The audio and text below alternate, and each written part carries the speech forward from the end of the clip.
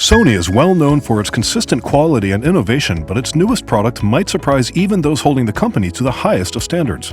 Come along in this video as we take you through Sony's latest camera, the A7R V, and what exactly makes it so special. The Sony A7R V is the newest model in Sony's premium resolution range, and if you're a landscape, portrait, or product photographer, you're definitely already familiar with it. The Sony A7R IV, which was released before it in 2019, was a bit of a revelation. With its groundbreaking real-time tracking autofocus, it set a new standard for full-frame cameras with 61 megapixels. However, the Sony A7R V has arrived to address several issues identified in its predecessor. It also offers some groundbreaking technology of its own, like the brand new Ai Autofocus capabilities that promise to give it industry-leading subject recognition abilities. But do its new goodies combine to create a fun camera that overcomes the usability flaws of its predecessor? A compelling update for lovers of its predecessors, or has this fifth installment drifted too far from its R-series roots? Pre-orders for the Sony A7R V are already being accepted, and shipping should begin in mid-November. The body-only cost of the A7R V will be $3,899, £3,999, or £6,199 Australian dollars. It's a tad more expensive than the Sony A7R IV's $3,500 initial price from 2019, but that's to be anticipated considering the inflation we've experienced since then. It costs far less than the top-tier Sony A1, which launched last year and retailed for $6,500 instead. Additionally, it is less expensive than the quick Sony A9 II, $4,500, which enables continuous shooting rates of up to 20 frames per second. The main full-frame competitor to the Sony A7R V, at least in terms of price, is the Canon EOS R5, which costs $3,900. While Sony's new competitor outperforms the EOS R5 in terms of resolution and autofocus abilities, its Canon counterpart outperforms it in terms of continuous shooting speed, with 12 FPS or 20 FPS depending on whether you're using the mechanical or electronic shutter. The majority of the Sony A7R V's most significant improvements are hidden inside, but there are 5 design changes that should make it more dependable and enjoyable to use than its somewhat less perfect predecessor. The innovative 4-axis articulating LCD screen is the first thing you'll notice on the rear. This design's advantage is that it offers the benefits of both a tilting screen for photos and a flip-out display for video. While this makes the 3.2-inch screen slightly larger than previously, it also makes it more versatile, which is perfect for a hybrid camera. It also supports Sony's most recent touch-sensitive menus.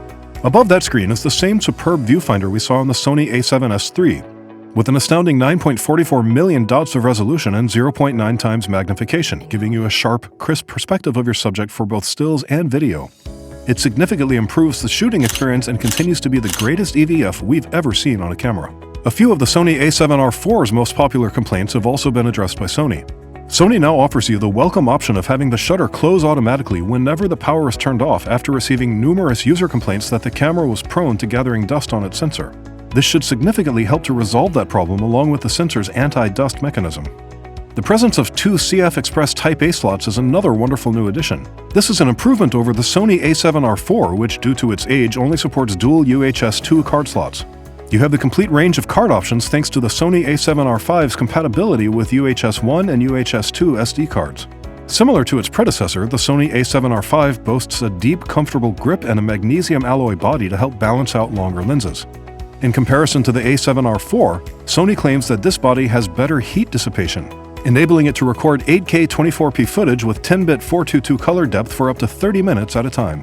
The Sony A7R V's new autofocus mechanism is said to have the most touted improvements, even if its 61 megapixel resolution remains unchanged, despite having an improved sensor and processor. The A7R V's Bionz XR processor, which Sony promises would significantly enhance the camera's subject recognition abilities and represent a turning point for autofocus, is the key to this. While the A7R V lacks the Sony A1 stacked sensor, which results in slower readout speeds, it does, at the moment, offer a considerably more refined autofocus system. Instead of the face or eye tracking that currently focusing systems provide, the A7R V's innovative processing unit can recognize different body parts, for example their nose, eyes, ears, shoulders, elbows, knees, and ankles. What is the useful advantage? The A7R V's AF system uses human pose estimation to quickly identify small faces and scenes, even if the face and eyes aren't visible. In other words, it determines where a person's eyes are by analyzing the entire scene rather than just looking for them in an image. The same is true of an animal's head and body, which is great news for wildlife photographers. Additionally, the 693-phase detection autofocus points are dispersed throughout the frame, covering 90% in APS-C mode and 86% in full frame. Theoretically, this should make it difficult to miss focus on the majority of subjects under good lighting. Depending on the lens you're using, the in-body image stabilization now provides up to 8 stops of adjustment. This indicates that the A7R V has a more potent active mode for stabilization, which should reduce vibrations when using telephoto lenses or while taking video. Although this is not an option when using 8K or any of the 120 FPS modes. The A7R V is also marginally better for action than the A7R IV because of a bigger buffer during continuous shooting. The A7R V appears to be able to shoot compressed RAW files for up to 583 photos, 8 times longer than its predecessor, which could only handle roughly 6 seconds at 10 frames per second. Other options include Full HD 60p or a new 4K 15p webcam feature for remote streaming. Professionals will appreciate the new wireless features that have been added, such as the capability of sending files to distant FTP sites and remote tethered shooting on a laptop running Sony's Imaging Edge desktop software. Some people might be disappointed by the Sony A7R V's inclusion of a 61-megapixel sensor, given earlier crazy speculations that the camera might contain a 102MP sensor. But the A7R IV delivered color and detail that we were certainly admirers of, and there are some processing improvements here both for stills and videos. You'll like the A7R V's convenient anti-flicker option, which the camera uses to detect the flicker created by fluorescent and other lights if you frequently take pictures or videos under artificial lighting. The mechanical shutter speed is then adjusted to lessen the impact, and the control wheel can be used to fine-tune the shutter speed. Additionally, Sony has made it simpler to shoot in APC mode with the A7R V, such as while photographing animals. This can be assigned to a button, such as the AEL button, enabling you to rapidly take a 60MP full-frame and a 26MP APC cropped image of the same scene. You can capture 8K 24p video, however 4K 60p, which can be done in 10-bit 422 color depth, will be more useful in the majority of circumstances and processes, a big upgrade from the 8-bit 420 ceiling of its predecessor. The Sony A7R V is turning up to be one of the best mirrorless cameras that money can buy if you shoot animals, landscapes, weddings, events, and portraits. Even though the A7R IV's new Ai Autofocus capabilities are remarkable, the more beneficial improvements are probably all the corrections to the usability issues with its predecessor, which together meant the A7R IV remained more of a technological marvel than a beloved classic. There are now CF Express card slots in addition to a new dedicated mode dial for switching between stills and videos, a flexible 4-axis touchscreen that functions with its menus, the option to keep the shutter locked to avoid sensor desk concerns, and more.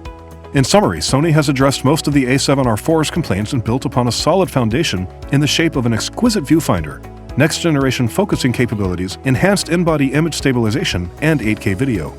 So, do you like the Sony A7R V? Let us know in the comments below, and don't forget to like and subscribe for more. Until next time.